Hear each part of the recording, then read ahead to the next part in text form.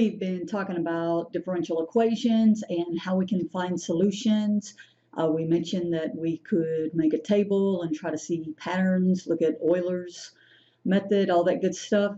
Here's another way that's kind of with the patterns, and it's with slope fields. It's exactly what it sounds like. You graph a bunch of slopes. And because it's kind of difficult to do by hand, there is software. So if you run these PowerPoint slides, you'll be able to click on these links. So there is software available out there that will do this for you. So let's see what it looks like. If I want to graph the slopes, so remember that the derivative, turn the sound off my phone because I hear it going off.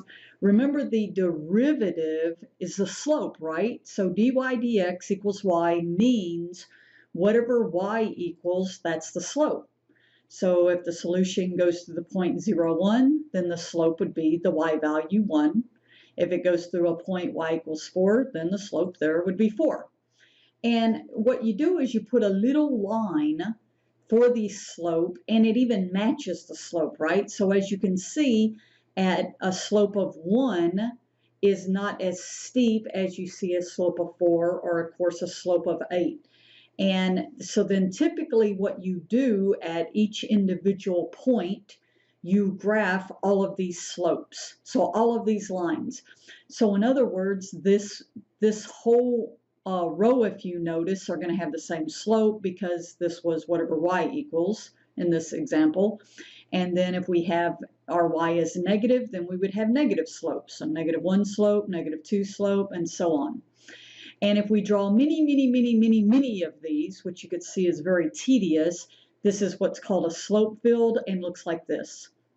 So from here, because this was y, whatever y equals, that would be my slope. So if y is positive, then I have positive slopes. If y is negative, then I have negative slopes. The slopes are increasing as y increases. So as y gets larger, the slopes get steeper. Constant slope at 0 when y equals 0, so that's my horizontal line, and then my slope decreases as my y decreases. And what we do is we look at this and we call this a ghost of a solution curve, because you can kind of look at this and say, if I start at any one of these values and trace some lines, this looks very exponential. So in this case, it looks like this is an exponential shape. So this could be a solution to this differential equation. And this is why we like slope fields, because it allows us to at least get an idea of what could be happening. And then, of course, we could have for any constant c. And that's why they call this a family of solution curves, because it would be for many different curves that would look exponential. Okay, so we want to check this. We want to check and see, is this really a solution? And why every time I talk do you have to get up and move? And so how we do that is we say, well, we said a solution to this would be c, a constant, times my exponential e to the x. So then what we do is we take the derivative. Well, remember if I'm taking the derivative of this right here, the constant just goes out front, and the derivative of e to the x is just e to the x. And thus we can see that these are equal, and therefore this would be a solution to this differential equation. Another example, if I have dy dx equals 2x, and I actually look at the graph, as you can see here, it looks very quadratic, which would make sense because my antiderivative would be x squared. And if I took the antiderivative, this would give my solution curve of all these parabolas, x squared plus c, where the c is just moving my parabola up or down my graph. So if you're given a question and it says the slope fields for dy dt equals 2 minus y and dy dt equals t over y are shown below, and you got to figure out which one goes with which one of these differential equations. What I do is I look for where the slope would be horizontal, which is where this would equal 0. So that would happen if I'm at 2, right? Because if I plug in y equals 2, then this would have a slope of 0. And so this one's easy to say, well, then that has to be this first differential equation. If I have initial conditions given, all this means is this would be my starting point. So if I'm looking at something here where it says y equals 1 when t equals 0, so notice t is my x-axis. Okay, so when this equals 0, then I'm at 1.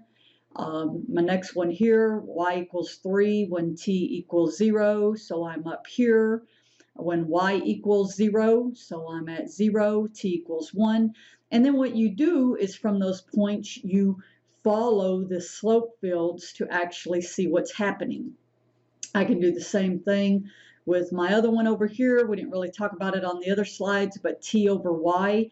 So in other words, if these are equal, if t and y are the same, like 2 and 2, the slope would be 1, right? Because it'd be 2 over 2. And so I can see the same thing over here. If one is positive and one's negative, I would have a negative slope. So as I started each one of these initial conditions, so when t equals 0, y equals 1, when t equals 0, y equals 3, when y equals 0, t equals 1, and I follow these, then what we could say about these, if I'm looking at in the long run, is that this looks like it's coming towards an equilibrium, and that's what we like to say. It looks like this function's going crazy in the long run. And so if you have, let's say, a drug in the body, as a person puts a drug in the body, at least this is reaching equilibrium. This something's going awry, and then we might have to study it a little further. So here it says, suppose that P is the size of population fish measured in a lake.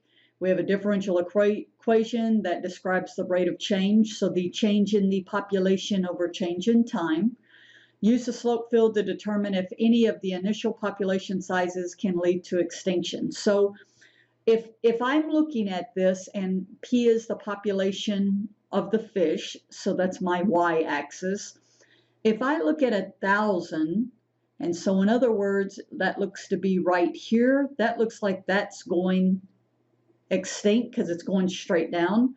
If I go up to 5,000, which is about here, looks like it raises up till it hits this equilibrium of about 7,000 and 7,000 equilibrium. If I'm at 8,000, looks like they die, but then they also hit this equilibrium, or I guess we could call this carrying capacity, being a fish population. So it looks like the only one in this case that would lead to extinction would be the thousands. And again, slope fields are, this is a graph of the slope, so I can see the rate of what's happening. Something's declining, decreasing, something's increasing, reaching a carrying capacity, decreasing, coming down to carrying capacity. So these are very helpful graphs in analyzing differential equations.